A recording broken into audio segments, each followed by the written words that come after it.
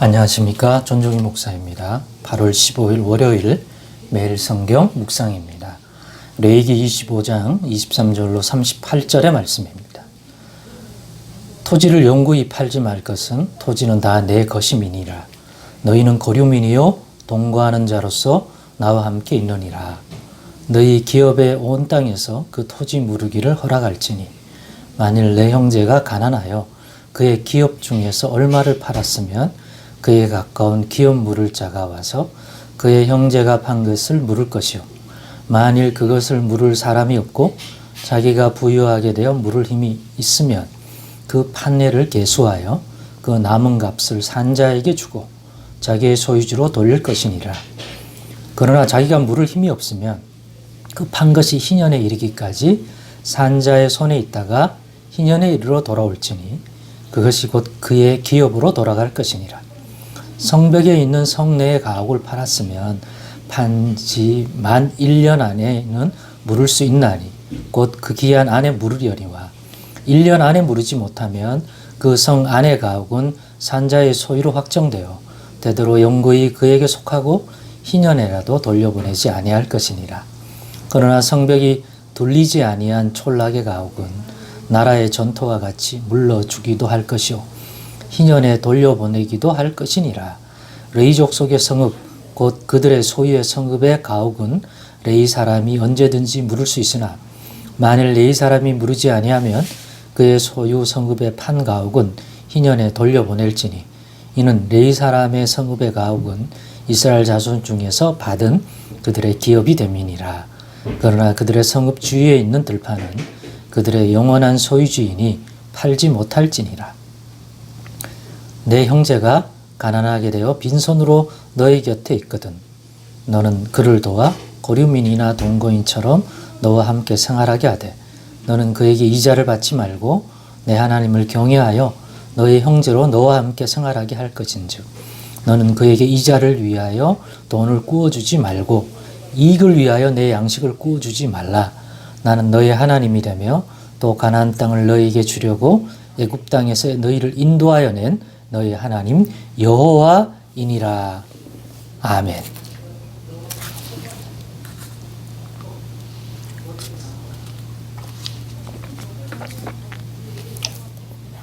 네, 오늘은 하나님의 백성으로 산다는 것은 이라는 제목으로 묵상 나눔을 갖겠습니다. 제가 이런 제목으로 묵상을 나누고자 하게 된 것은 이 레위기 25장이 희년에 관한 규례입니다. 희년은 7년 안식년 7번, 7, 2, 49. 그 다음에 돌아온 해가 희년입니다. 50년째 되는 해가 희년인데 그 희년에 관련된 그러한 규례들입니다.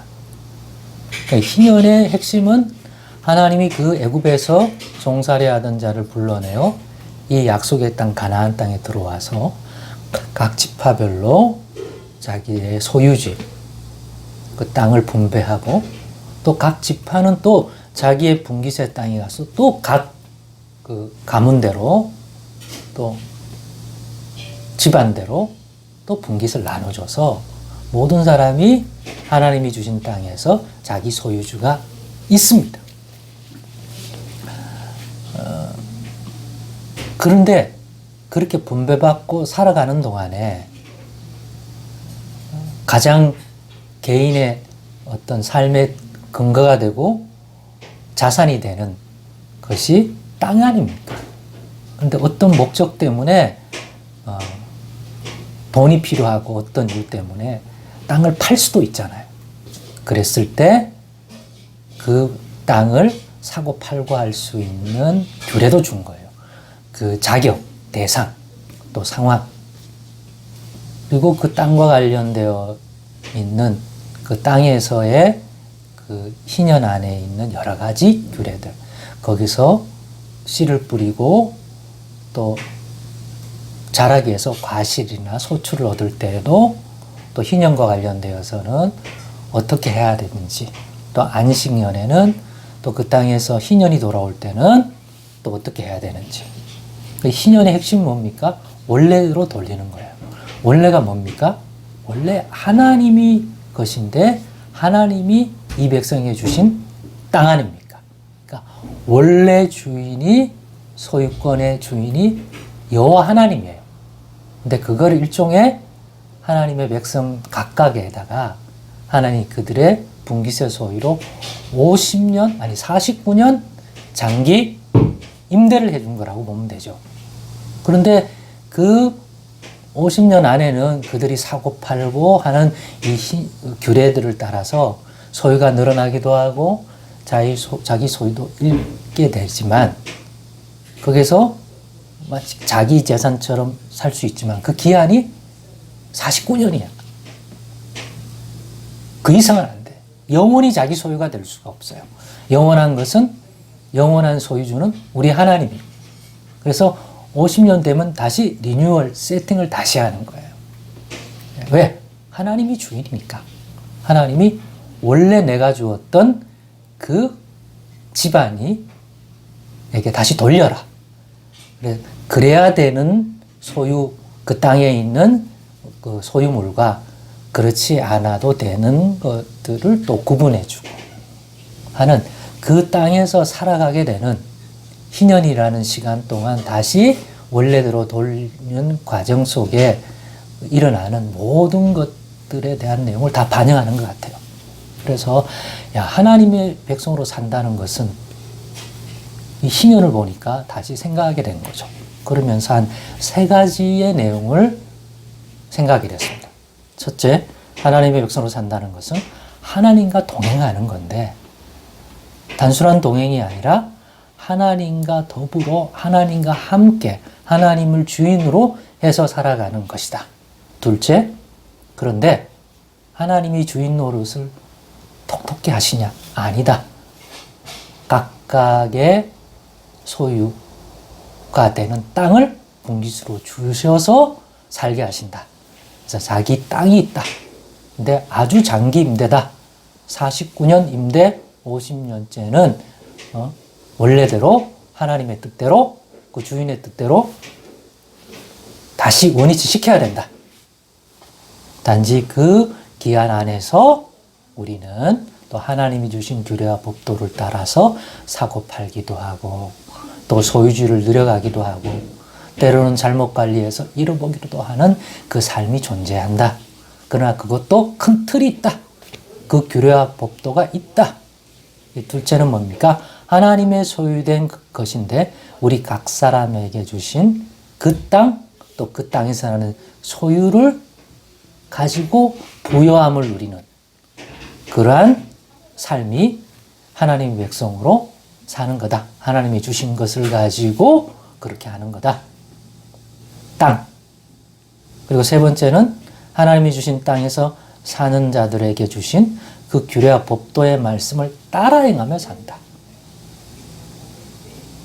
큰 틀에서 늘 하나님이 주신 규례와 법도라고 하는 그 땅에서 살아가는 법이 있다.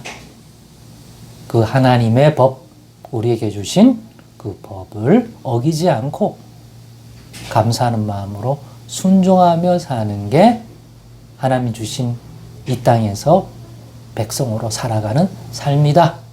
하나님과 함께 하나님을 기쁘게 해드리는 더불어의 삶이다.